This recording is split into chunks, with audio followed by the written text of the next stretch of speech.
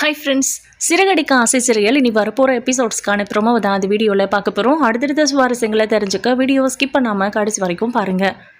ரோஹிணி எப்படியாவது மனோஜ் கூட சேர்ந்துடணும் அப்படின்னு சொல்லி பயங்கரமாக பிளான் பண்ணிட்டுருக்காங்க.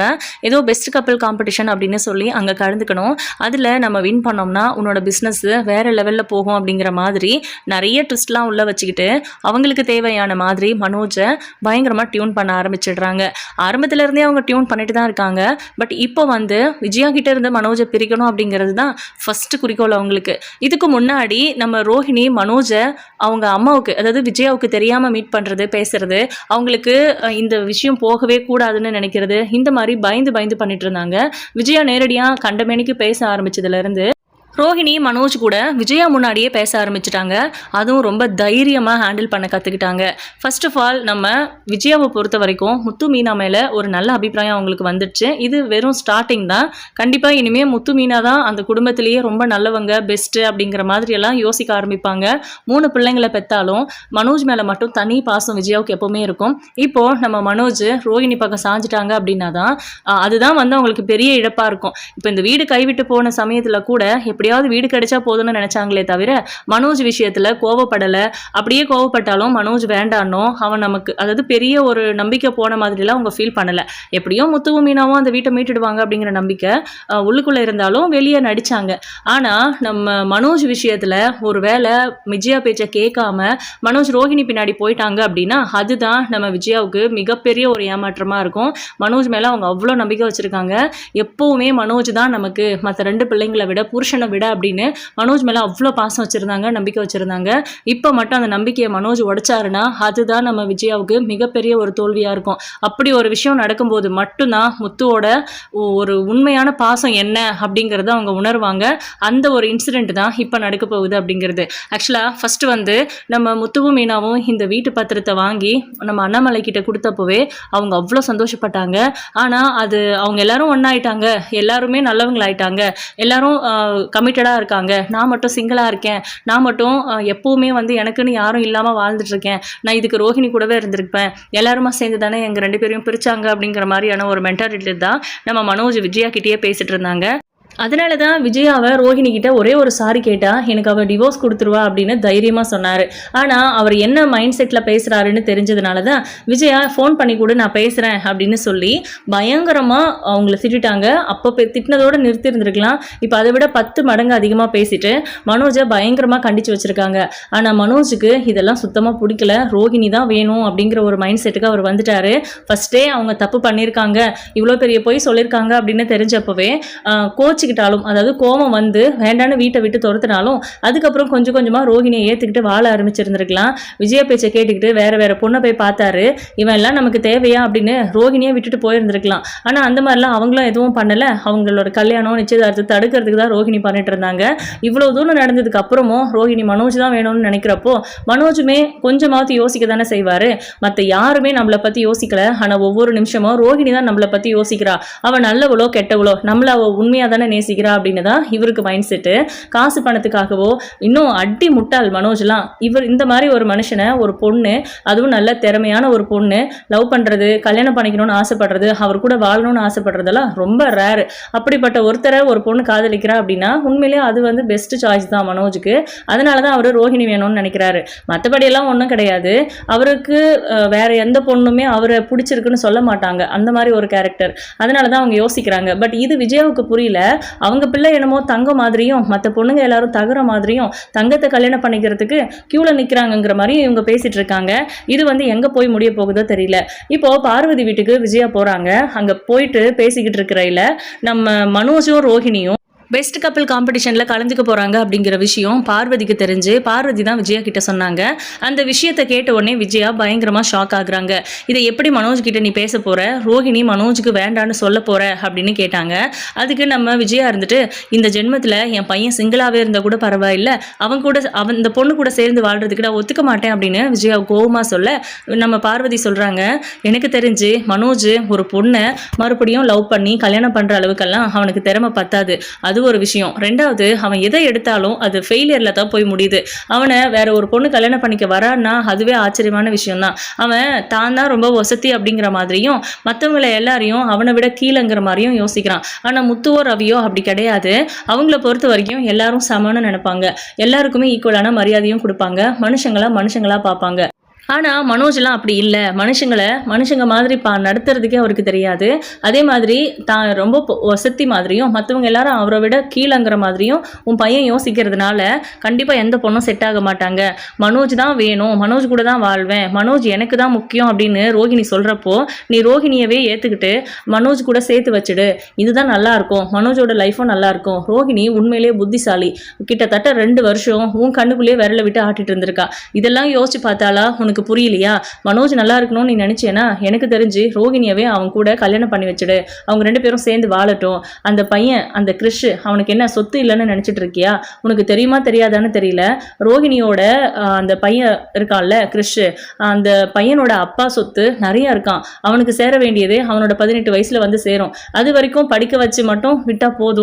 மனோஜும் ரோஹிணியும் அந்த குழந்தைக்கு அப்பாவோ அம்மாவும் இல்லாட்டினா கூட கார்டியனாக இருந்து அவனை படிக்க வச்சு ஆளாக்குனா அதுக்கான ஊதியத்தை கூட இவங்க 2 பேரும் எடுத்துக்க முடியும். அதெல்லாம் மனோஜ் கையில் தானே இருக்குது. இதெல்லாத்தையும் ரோஹிணியை தான் பக்கம் இழுக்கணும்னா சில கண்டிஷன்லாம் போட்டு அவ கூட சேர்ந்து வாழ்ந்தான்னா கண்டிப்பாக இவனுக்கு வேணுங்கிறதும் நடக்கும், இவன் வாழ்க்கையும் நல்லாயிருக்கும், ரோஹிணியோட வாழ்க்கையும் நல்லாயிருக்கும், அந்த குழந்தைக்கும் ஒரு வாழ்க்கை கொடுத்த மாதிரி இருக்கும். எதுக்கு விஜயா வீணா வீம்பு பிடிச்சிட்டு இருக்கிற? இப்போ பாரு, அவங்க பெஸ்ட் கப்பிள் காம்படிஷனில் கலந்துக்க போகிறாங்க. மனோஜுக்கு ரோஹிணி கூட இருக்கணும்னு தான் தோணுது. பேச்சு தட்ட மாட்டான்னு நீ நினைக்கிற.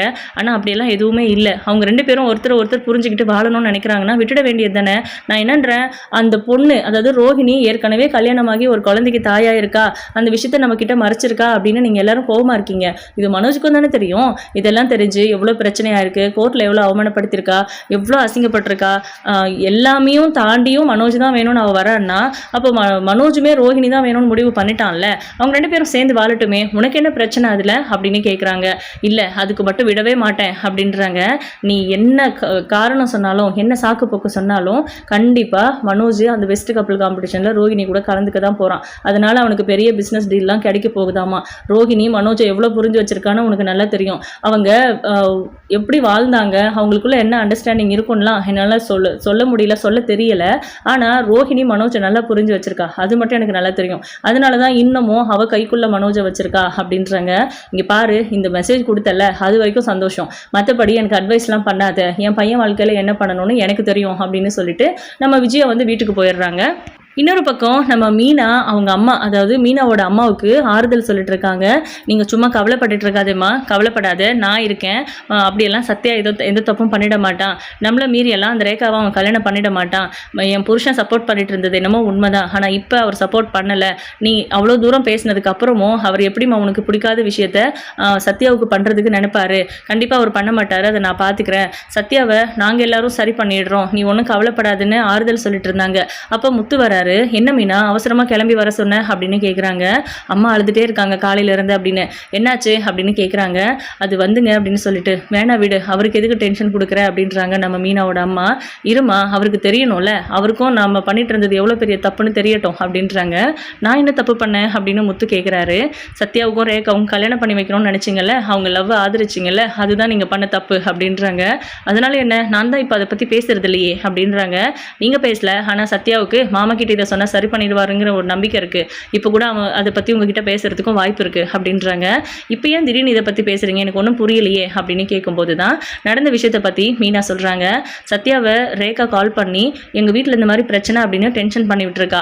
அவள் டென்ஷன் பண்ணுறதுக்காக சொல்லலை, ஆனால் அவளோட சுச்சுவேஷன் சொல்லும்போது சத்யாவுக்கு டென்ஷன் ஆயிருக்கு, அவளுக்காக நான் போய் தான் ஆகணும், அவளை சரி பண்ணணும், அவளை எப்படியாவது கல்யாணம் பண்ணுறேன் அப்படிங்கிற மாதிரிலாம் சொன்னான். அதுக்கு எங்களுக்கு கோவம் வந்துச்சு, 2 பேருமே அவங்ககிட்ட கண்டிப்பாக பேசணும், அது சரியாக வராது அப்படி இப்படின்னு. அதுக்கு ரேகா கூட வாழாத இந்த வாழ்க்கை எனக்கு தேவையே இல்லை, நான் செத்தாலும் பரவாயில்லை, ரேகா கூட தான் வாழ்வேன்னு சொல்கிறான். அப்படி இருக்கும்போது எங்களுக்கு கோவம் வராதா, அம்மா அவனை அடிச்சிட்டாங்க, உன் கையால் எனக்கு விஷம் வாங்கி கொடுத்துட்டு அதுக்கப்புறம் நீ எதை வேணால் பண்ணிக்கோடா அப்படின்னு அம்மா திட்டாங்க. அவன் ரொம்ப உடஞ்சி போய் வீட்டை விட்டு கிளம்பி போயிருக்கான். என்னாச்சுன்னே தெரியல. அவன் கண்டிப்பாக தப்பான முடிவெல்லாம் எதுவும் எடுக்க மாட்டான். அதே மாதிரி ரேகாவை கல்யாணம் பண்ணி நேராக வீட்டுக்கும் கூட்டிகிட்டு வர மாட்டான். அந்த மாதிரி எந்த முடிவும் எடுக்க மாட்டான் தான். இருந்தாலும் எப்போ அவனோட மனநிலைமை மாறும்னு சொல்ல முடியாதுல்ல. இந்த வயசு அப்படி தானங்க இருக்கும் அப்படின்னு மீனா பயப்படுறாங்க. இப்போ நான் என்ன பண்ணணும்னு சொல்கிறேன், நான் தான் அவனுக்கு இதெல்லாம் தூண்டி விட்டேன்னு சொல்கிறியா அப்படின்னு. ஆரம்பத்திலே நீங்கள் என்கரேஜ் பண்ணாமல் இருந்திருந்தீங்கன்னா அவனுக்கு இந்த தைரியம் வந்திருக்காது அப்படின்றாங்க. இந்த காலத்து பிள்ளைங்களை நீ என்ன நினச்சிட்டு இருக்கிற, எல்லாம் உன்னை என்ன மாதிரி தான் இருப்பாங்கன்னு நினைக்கிறியா? அவன் படிச்சிருக்கான், அவனுக்கு எந்த விஷயத்தை எப்படி கொண்டு போகணும்னு நம்மளை விட அவனுக்கு நல்லாவே தெரியும் அப்படின்றாங்க முத்து. அதுக்காக அப்படியே விட்டுற முடியுமா மாப்பிள்ள அப்படின்னு அவங்க அம்மா அழுகுறாங்க. இல்லத்த நான் அப்படி சொல்லலை, நான் சத்யா கிட்ட பேசுகிறேன் அப்படின்றாங்க. சரி மாப்பிள்ள நீங்கள் பேசுங்க, ஆனால் அவன் எந்த காரணத்தை கொண்டு அந்த பொண்ணை கல்யாணம் பண்ணிக்க கூடாது அப்படின்றாங்க. சரி ஒருவேளை அந்த ரேகாவோட அப்பாவும் அம்மாவும் சம்மதிச்சு அவங்களே வந்து நமக்கு பொண்ணு கொடுத்தா உங்களுக்கு ஓகேவா அப்படின்றாங்க. அப்படி ஏதாவது நடக்குமா என்ன அப்படின்னு கேட்குறாங்க. கண்டிப்பாக நடக்கும் அப்படின்னு சொல்கிறாரு முத்து. அப்படி ஒன்று நடந்தால் பார்த்துக்கலாம், ஆனால் அதுக்காக நீங்கள் எந்த ஸ்டெப்பும் எடுக்காதீங்க அப்படின்றாங்க. நான் எதுவும் பண்ண போகிறதில்ல, ஆனால் சத்யாவோட மைண்ட் செட்டை மாற்றி மட்டும் விட போகிறேன் அப்படின்றாங்க. ஏதோ ஒன்று பண்ணுங்க, ஆனால் அவன் சேஃபாக இருக்கணும் அப்படின்னு சொல்லிட்டு. ஆனால் இந்த பக்கம் ரேகா இப்போவும் சத்யா கூட பேசிக்கிட்டு தான் இருக்காங்க. அவங்க ஓடி போய் கல்யாணம் பண்ணுறதுக்கெல்லாம் பிளான் பண்ணுறாங்க அப்படிங்கிற மாதிரி இவங்க தப்பாக புரிஞ்சுக்கிட்டு, ஆனால் இப்போ வரைக்கும் அவங்க 2 பேரும் அந்த மாதிரி ஐடியாவிலாம் இல்லை. குடும்பத்தோட சம்மதத்தோடு பண்ணணும்னு தான் நினச்சிட்டு இருக்காங்க. அதனால தான் வெயிட்டும் பண்ணுறாங்க. பட் நம்ம சிந்தாமணியும் அவங்க ஹஸ்பண்ட் 2 பேரும் சேர்ந்துக்கிட்டு ரேகாவுக்கு அலையன்ஸ் பார்க்க ஆரம்பிச்சிட்டாங்க இல்லையா, அது ரிலேட்டடாக பேசுகிற மாதிரியே சத்யாவை வந்து எப்படியாவது மாட்டி விடணும் போலீஸில். அவன் ரேகாவோட கல்யாணம் நடக்கிற வரைக்கும் ஜெயிலிருந்து வரக்கூடாது, அதனால கம்பெனிலேருந்து பணம் திருடிட்டான்னு சொல்லி அவன் மேலே ஒரு கம்ப்ளைண்ட்டை கொடுங்க அப்படின்னு சிந்தாமணி சொல்லி விடுறாங்க. அது எப்படி, அவன் பெஸ்ட் எம்ப்ளாயி தெரியுமா என்னோட ஆஃபீஸில் அப்படின்றாங்க. அதுக்கு மருமகன் ஆக்க போகிறீங்களா அப்படின்னு. நான் எப்போ அப்படி சொன்னேன், எம்ப்ளாயின்னு தானே சொன்னேன் அப்படின்றாரு. ஆனால் அதை நடத்தி காட்டிடுவாங்க. அவன் முத்து பின்னாடி இருக்கான். நான் அவங்கள பழி வாங்குறதுக்காக சொல்கிறேன்லாம் நீங்கள் நினைக்காதீங்க. நிஜத்தில் அவன் இங்கே இருந்தான்னா, அதாவது ஜெயிலுக்கு போகாமல் வெளியில் சுற்றிக்கிட்டு இருந்தான்னா ரேகாவை எப்படியாவது அவன் கூட்டிகிட்டு போயிடுவான், ரேகாவும் அவன் கூட போயிடுவா. ரேகாவோட கல்யாணம் நடக்கிற வரைக்கும் எந்த காரணத்துக்காகவும் சத்யா வெளியே இருக்கக்கூடாது அப்படின்ற மாதிரிலாம் சொல்லி அவங்க ஒரு பக்கம் பிளான் பண்ணிட்டு இருக்காங்க. ஆனால் கண்டிப்பாக நம்ம சத்யா வந்து அவங்க பிளானில் மாட்டிடுவார். மீனாவும் முத்துவும் வழக்கம் போல் இந்த பிரச்சனையை சரி பண்ணுற மாதிரி வரும். இந்த பக்கம் பார்த்தீங்கன்னா நம்ம விஜயா மனோஜ் கிட்ட வந்து என்ன மனோஜ் நாளைக்கு உனக்கு என்ன கமிட்மெண்ட் இருக்குது அப்படின்னு கேட்டாங்க. எனக்கு எதுவும் இல்லையேம்மா அப்படின்னு சமாளிக்கிறாரு. என்னடா கடைக்கு கூட போக மாட்டியா அப்படின்னு. ஆமாம்மா அது கடை இல்லை ஷோரூம் அப்படின்றாங்க. ஆமாம் எனக்கு தெரிஞ்சதை நான் சொல்கிறேன். சரி நாளைக்கு ஒரு நாள் மட்டும் உன் கடையில் இருக்கிறவங்கள வேலையை பார்த்துக்க சொல்லு, நீயும் நானும் ஒரு இடத்துக்கு போகணும் அப்படின்றாங்க. ஐயோ நாளைக்கு ரோஹிணி சொன்ன இடத்துக்கு அந்த பெஸ்ட் கம்பல் காம்படிஷனுக்கு போகலான்னு இருந்தோம், பேர் கொடுத்துட்டு தான் வேற சொன்னா, இவங்க எங்கே கூப்பிடுறாங்களே அப்படின்னு யோசிச்சுட்டு சரி சமாளிப்போம் அப்படின்ட்டு எங்கம்மா போகிறோம் அப்படின்னு கேட்குறாங்க. இப்போ தானே நான் கேட்டேன், நீ எதுவுமே சொல்லலை, கமிட்மெண்ட்லாம் இல்லைன்னு சொல்லியிருக்க, கடையை ஒரு நாளைக்கு மட்டும் அவங்கள பார்த்துக்க சொல்லு, நம்ம 2 பேரும் பெஸ்ட்டு அம்மா பையன் அப்படிங்கிற காம்படிஷன் நடக்குது, அந்த இடத்துக்கு போக போகிறோம், நான் பேரெல்லாம் ரெஜிஸ்டர் பண்ணிட்டேன், இந்த வீட்டிலையே எனக்கு நல்ல பையன், என்னோட தங்கமான பையன் நீ தான், அதனால் அம்மாவை புரிஞ்சு வச்சிருக்கிறவனும் நீ தான், நீயும் நானும் இதில் கலந்துக்கிட்டோம்னா நமக்கு தான் ஃபஸ்ட் ப்ரைஸ் கிடைக்கும், அதனால் கண்டிப்பாக நம்ம இதுக்கு போகவே போகிறோம், என்னோட ஃப்ரெண்டு சொல்லி தான் எனக்கு இந்த விஷயமே தெரியும் அப்படின்ற மாதிரிலாம் சொல்லிட்டு இருக்காங்க. எங்கம்மா அப்படின்னு. நாளைக்கு போகும்போது கூப்பிட்டு போகிறேன், எனக்கும் அட்ரஸ் தெரியாது, நாளைக்கு அவங்க ஏதோ லொக்கேஷன் ஷேர் பண்ணுறதா சொல்லியிருக்கிறாங்க அப்படின்றாங்க. சரிங்கம்மா அப்படின்னு சொல்லிடுறாரு மனோஜ். இப்போது ரோஹிணி கிட்டே இதை சொல்லலாமா வேணாவான்னு யோசிச்சுட்டு இருக்கும்போது நம்ம விஜயா பார்த்தீங்கன்னா மனோஜுக்காக ஒரு கோட் சூட் வாங்கிட்டு வந்து இதை தான் நீ நாளைக்கு போட்டுக்கணும் அப்படின்றாங்க. அவங்களும் நல்ல மைல்டாக ஒரு saree கட்டிக்கிறாங்க. ஸோ இப்போ இவங்க 2 பேரும் கிளம்புறதா முடிவு பண்ணிவிட்டு நம்ம மனோஜை டோரை தட்டி கூப்பிடுறாங்க. மனோஜ் ரொம்ப நேரம் வரவே இல்லை, எப்படி அம்மா கிட்டேருந்து எஸ்கேப் ஆகி நம்ம அங்கே போகிறது அப்படின்னு யோசிச்சுட்டு இருக்காரு. பேசாமல் அந்த டைமும் இந்த டைமும் என்னென்னு கால்குலேட் பண்ணிவிட்டு ஃபஸ்ட்டு அம்மா கூட போய் பெஸ்ட்டு அம்மா பையன் காம்படிஷனில் கலந்துக்கிட்டு அதுக்கப்புறமா நம்ம அங்கே போகலாம் அப்படின்னு யோசிக்கிறாங்க. ரோஹிணி லொக்கேஷன் ஷேர் பண்ண சொன்னாங்க, அந்த லொக்கேஷனை ரோஹிணி அனுப்பி விட்டுட்டாங்க மனோஜ்கிட்ட. அப்போது மனோஜுக்கு வந்து விஜயா காமிக்கிறாங்க ஒரு லொக்கேஷன், அதுவுமே அதே லொக்கேஷன் தான். என்ன 2 பேரும் ஒரே லொகேஷன் அனுப்புறாங்க, அப்போ நம்ம ஹேண்டில் பண்ணுறது ரொம்ப ஈஸி தான், ஒருவேளை அதே இடத்துல நடக்குதா என்னன்னு தெரியல அப்படிங்கிற மாதிரி யோசிச்சுட்டு கொஞ்சம் ஃப்ரீயாக போகிறாரு. ஆனால் இங்கே ரோஹிணி தவிச்சிட்டு இருக்காங்க, இன்னும் மனோஜ் வரல அப்படின்னு அவங்க கேட்டுக்கிட்டே இருக்காங்க. ஏன் உங்கள் ஹஸ்பண்ட் வரல, ஈவெண்ட் ஆரம்பிக்க போகிறோம் அப்படி இப்படின்னு வந்துட்டு இருக்காரு அப்படின்னு சமாளிச்சுக்கிட்டு இருக்க கரெக்டாக மனோஜ் அங்கே வந்து நிற்கிறாரு. மனோஜ் வா மனோஜ் அப்படின்னு சந்தோஷமாக கூப்பிடுறாங்க. ஆனால் கூட விஜயா இருக்காங்க. அவங்க 2 பேரும் ஒன்றா வரதை பார்த்துட்டு பயங்கர ஷாக்காக இருக்குது நம்ம ரோஹிணிக்கு. என்னம்மா இங்கே கூட்டிகிட்டு வந்திருக்கீங்க அப்படின்னு கேட்கும்போது இங்கே தானே காம்படிஷன் நடக்குது அப்படின்றாங்க. இங்கே தான் காம்படிஷன் நடக்குதா? இங்கே பெஸ்ட் கப்பல் காம்படிஷன் நடக்குதுமா அப்படின்றாங்க. ஓ, அதுக்கு தான் நீயும் ரோஹிணியும் பேர் கொடுத்துருக்கீங்களா அப்படின்னு கேட்குறாங்க. மா அப்படின்றாரு மனோஜ். எல்லாம் எனக்கு தெரியும்டா, நீ இங்கே தான் வருவேன்னு எனக்கு தெரியும். ஆனால் நான் உன்னை எப்படி கண்டுபிடிக்கிறது? அதுக்காக தான். ஏண்டா எனக்கே தெரியாமல் அவள் கூட பெஸ்ட் கப்பல் காம்படிஷனில் கலந்துக்கிறதுக்காக வந்திருக்கியா? அம்மாவுக்கு எதுவும் தெரியாது, கண்டுபிடிக்க மாட்டேன்னு நினச்சியா? அவ்வளோ தூரம் அவளை வேண்டான்னு சொன்னதுக்கு அப்புறமும் நீ அவ கூட சேர்ந்து சுற்றிக்கிட்டு இருக்கிற அப்படின்னா என்னடா அர்த்தம் அப்படின்னு கேட்டுட்டு இருக்காங்க. மா ப்ளீஸ்மா, எதுவும் இங்கே பேச வேண்டாம். இந்த காம்படிஷனில் கலந்துக்கிட்டா எனக்கு நிறைய பெனிஃபிட் இருக்குது, அதுக்காக மட்டும்தான் ஒத்துக்கிட்டேன் அப்படின்னு. ஏண்டா இது டிவிலலாம் வரும்னு சொல்கிறாங்க, நியூஸ் பேப்பரில் வரும்னு சொல்கிறாங்க. ஒரு வேளை நீ ஜெயிச்சிட்ட அப்படின்னா உனக்கு பிஸ்னஸில் நிறையா ஆப்பர்ச்சுனிட்டிஸ் வரும், எனக்கு தெரியும். நான் அதனால தான் நீ கலந்துக்கிட்டேன்னு நான் ஒத்துக்கிறேன்னு வச்சுக்கோயேன். ஆனால் யோசிச்சு பாரு, ரோஹிணியும் நீயும் டிவோர்ஸ் அப்ளை பண்ணியிருக்கீங்க, பெஸ்ட் கப்பல்னு சொல்லிட்டு இங்கே போட்டியில் கலந்துக்க போகிறீங்க அப்படின்னா இங்கே என்ன பேசுவாங்க? உங்களை இவங்களே அசிங்கப்படுத்த மாட்டாங்களா அப்படின்னு. நாங்கள் டிவோர்ஸை கேன்சல் பண்ணுறோன்னு பொய் சொல்லிக்கிறோமா அப்படின்றாங்க. பொய் சொல்ல போறியா இல்லை அதுதான் உன் மனசில் இருக்கா அப்படின்னு கேட்குறாங்க. என்ன மனோஜ், தனியாக வர சொன்னால் உங்கள் அம்மாவை கூட்டிகிட்டு வந்திருக்க அப்படின்னு ரோஹிணி கேட்குறாங்க. நான் அவங்ககிட்ட பேசிகிட்டு இருக்கேன்ல, நீ எதுக்கடி குறுக்க வந்து பேசுகிற அப்படின்னு கத்துறாங்க. நீங்கள் உங்கள் பிள்ளைகிட்ட பேசுகிறீங்க, நான் என் ஹஸ்பண்ட் கிட்ட பேசுகிறேன் அப்படின்னு. யாரடி உனக்கு ஹஸ்பண்டு அப்படின்றாங்க. மனோஜ் தான் அப்படின்னு ரோஹிணி ரொம்ப காமாக பேச, விஜயாவுக்கு ஃபஸ்ட்டு கோபம் வந்தாலும் அவங்களும் காமாக பேச ஆரம்பிக்கிறாங்க. இங்கே பாரு, உனக்கு தேவையில்லாமல் இடம் கொடுத்து வச்சுருக்கான், அவன் நம்பிக்கை கொடுத்து வச்சுருக்கான், அதெல்லாம் நடக்காது அப்படிங்கிறது உனக்கு நல்லா தெரியும். என் சம்மதம் இல்லாமல் இதெல்லாம் நடந்துருமா அப்படின்னு கேட்குறாங்க. ஏன் நடக்காது அப்படின்றாரு மனோஜ். என்னடா சொல்கிற அப்படின்னு கோவப்படுறாங்க விஜயா. பின்ன என்னம்மா, எத்தனை நாளைக்கு நீங்கள் சொல்கிறதையே கேட்டுட்டு இருக்கிறது? இந்த வயசில் கூட உங்கள் புருஷன் தான் முக்கியம்னு சொல்லி மீனா வீட்டுக்கே போகாது. நீங்கள் கூட உங்கள் புருஷனுக்காக தானே அந்த வீட்டில் போய் அவர் கூட இருந்தீங்க. அப்படி இருக்கும்போது எனக்கு பேர் தேவைப்படாதா? எனக்குன்னு ஒரு கல்யாணம் பண்ணி வைக்கிறேன்னு நீங்கள் சொல்லி எத்தனை நாள் ஆச்சு? என்ன பண்ணாலும் அப்பாவுக்கு பயந்துக்கிட்டு, முத்து மீனாவுக்கு பயந்துக்கிட்டு, ஒரு சின்ன பிரச்சனைனா கூட அவங்க தான் சரி பண்ணுவாங்கங்கிற மாதிரி தான் ஆயிடுச்சு. அப்புறம் என்ன, அவங்கவுங்க லைஃப் அவங்கவுங்க பார்த்துக்கிறாங்க. அவங்களுக்கு யாருக்குமே என் வாழ்க்கை மேலே அக்கறை கிடையாது. நீங்களுமே முத்து மீனா பக்கம் சாஞ்சிட்டீங்க அப்படின்றாங்க. நான் எப்படா சாஞ்சேன் அப்படின்னு கேட்குறாங்க. அன்னைக்கு அவங்க 2 பேருக்கும் மரியாதை பண்ணும்போதே நான் நினச்சேன், மாலையை போடுற தகுதி அவங்களுக்கு தான் இருக்குன்னு எல்லாரும் சொல்லும்போது என் மனோஜின்னு ஒரு வார்த்தை கூட உங்களுக்கு வரல. இல்லை நீங்களும் அப்பாவும் உட்காந்துருந்தா சந்தோஷப்பட்டிருப்பேன். அவங்கள தானே உட்கார வச்சு மரியாதை பண்ணீங்க அப்படின்றாங்க.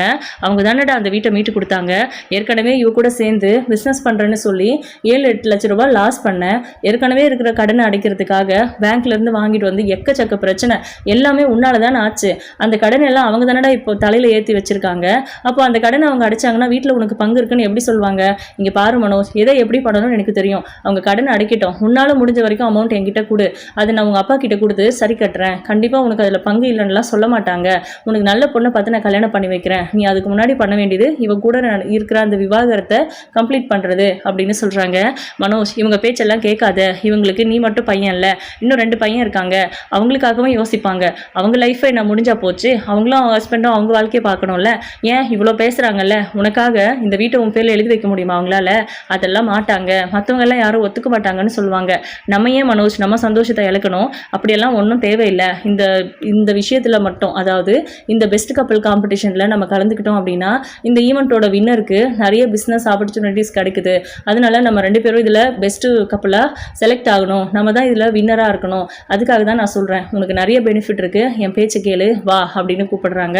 ஆனால் விஜயா வந்து விட மாட்டேங்கிறாங்க, கெட்டியமாக பிடிச்சிக்கிட்டு. அம்மா ப்ளீஸ்மா, நான் பிஸ்னஸ்லையாவது சாதிக்கணும்னு நினைக்கிறேன். ரோஹிணி என் லைஃப்பில் இருக்கா இல்லை, அதுக்கப்புறம் இது எல்லாத்தையும் நான் யோசிக்கிற அளவுக்கு அவளும் தான் யோசிச்சிருப்பா. அதுக்கு மேலே அவள் கூட தான் நான் வாழணும்னு இருந்தால் அப்படியே கூட நடந்துட்டு போகுது. தயவு செஞ்சு தடுக்காதீங்க. எனக்கு நீங்கள் யாரும் நல்லது பண்ணலை, ஆனால் கெட்டது பண்ணாதீங்க. நான் ரோஹிணி கூட வாழ்ந்துக்கிறேன், எனக்கு டிவோர்ஸ்லாம் வேணாம் அப்படிங்கிற மாதிரி கையை உதறி விடுறாங்க. டேய், அவ்வளோதான் சொல்லிட்டேன். எப்படியாவது அவள் முகத்தில் சாணியை ஊற்றி என் அம்மா தான் எனக்கு முக்கியம்னு நீ சொல்லுவேன்னு நம்பி தான் உன்னை நான் இங்கே கூட்டிகிட்டு வந்தேன். இங்கே பெஸ்ட்டு அம்மா பையன் காம்படிஷன்லாம் நடக்கலை. நீங்கள் 2 பேரும் பேர் கொடுத்துருக்கீங்கன்னு தெரிஞ்சு தான் நான் உன்னை வேணும்னே கூட்டிகிட்டு வந்தேன். அதே நான் உன்னை ஃபாலோ பண்ணிட்டு வந்திருந்தா கூட நீ என்னை கண்டுபிடிச்சிருந்திருப்பேன். அதுக்காக தான் இப்படி ஒரு பிளான் பண்ணி இங்கே கூட்டிகிட்டு வந்தேன் அப்படின்னு. பாத்தியா மனோஜ், எவ்வளோ தில்முள்ளு பண்ணி அவங்க கூட இங்கே வந்திருக்காங்கன்னு அப்படின்னு ரோஹிணி ஏற்றி விடுறாங்க. ஏய், நீ சும்மா இருக்கியா அப்படின்னு திட்டுறாங்க. நான் ஏன் ஆண்டி சும்மா இருக்கணும்? உங்களுக்கு வேணா 3 பிள்ளைங்க இருக்காங்க, உங்களுக்காக உங்கள் ஹஸ்பண்ட் இருக்காரு. ஆனால் எனக்கு மனோஜ் மட்டும்தான். மனோஜ் தவிர எனக்கு வேற வேறு யாருமே இல்லை, தயவு செஞ்சு மனோஜ் எனக்கு விட்டு கொடுத்துருங்க ஆண்டி அப்படின்னு சொல்லி கெஞ்சுறாங்க. அவங்கள அடிக்கிறதுக்கு கை வாங்கும் போது கரெக்டாக மனோஜ் இருந்துட்டு மா அப்படின்னு சொல்லி விரல நீட்டி தயவு செஞ்சு என் சந்தோஷத்தை கெடுக்காதீங்கம்மா, இங்கேருந்து போங்கம்மா அப்படின்னு சொல்லி கத்திடுறாங்க. விஜயாவுக்கு ஒரு மாதிரி அசிங்கமாக ஆகிப்போகுது. இதுக்கப்புறம் தான் என்ன நடக்க போகுது அப்படிங்கிறத வெயிட் பண்ணி பார்க்கணும். ஆக்சுவலாக இப்படி மட்டும் நடந்துச்சுன்னு முத்துவுக்கோ இல்லை மீனாவுக்கோ அண்ணாமலைக்கோ தெரிஞ்சதுன்னா யாரும் கைத்தட்டியெல்லாம் சிரிக்க மாட்டாங்க. விஜயாவுக்காக மனோஜ் கிட்ட நியாயம் கேட்பாங்க. இதுக்கு மேலே இந்த வீட்டில் இருக்கக்கூடாதுன்னு மனோஜை வீட்டை விட்டு துரத்துறதுக்கு கூட வாய்ப்பு இருக்குது. உங்களுடைய கருத்துக்களை கமெண்ட் பண்ணுங்கள். இந்த வீடியோ உங்களுக்கு பிடிச்சிருந்தது அப்படின்னா லைக் பண்ணுங்கள், ஷேர் பண்ணுங்கள். தேங்க்யூ.